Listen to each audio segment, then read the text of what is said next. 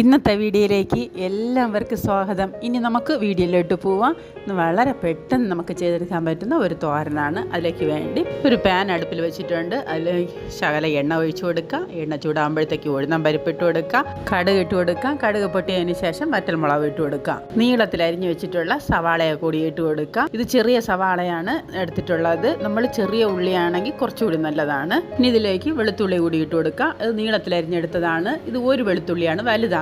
ഇത് വഴറ്റി വരാൻ കണക്കാക്കിയുള്ള ഉപ്പ് കൂടി ഇട്ട് കൊടുക്കുക. ഇത് നല്ലതുപോലെ ചെവന്ന് വരേണ്ട ആവശ്യമൊന്നുമില്ല. ചെറുത് അരിഞ്ഞു വെച്ചിങ്ങനെ പച്ചമുളകിനെ കൂടി ഇട്ട് കൊടുക്കാം.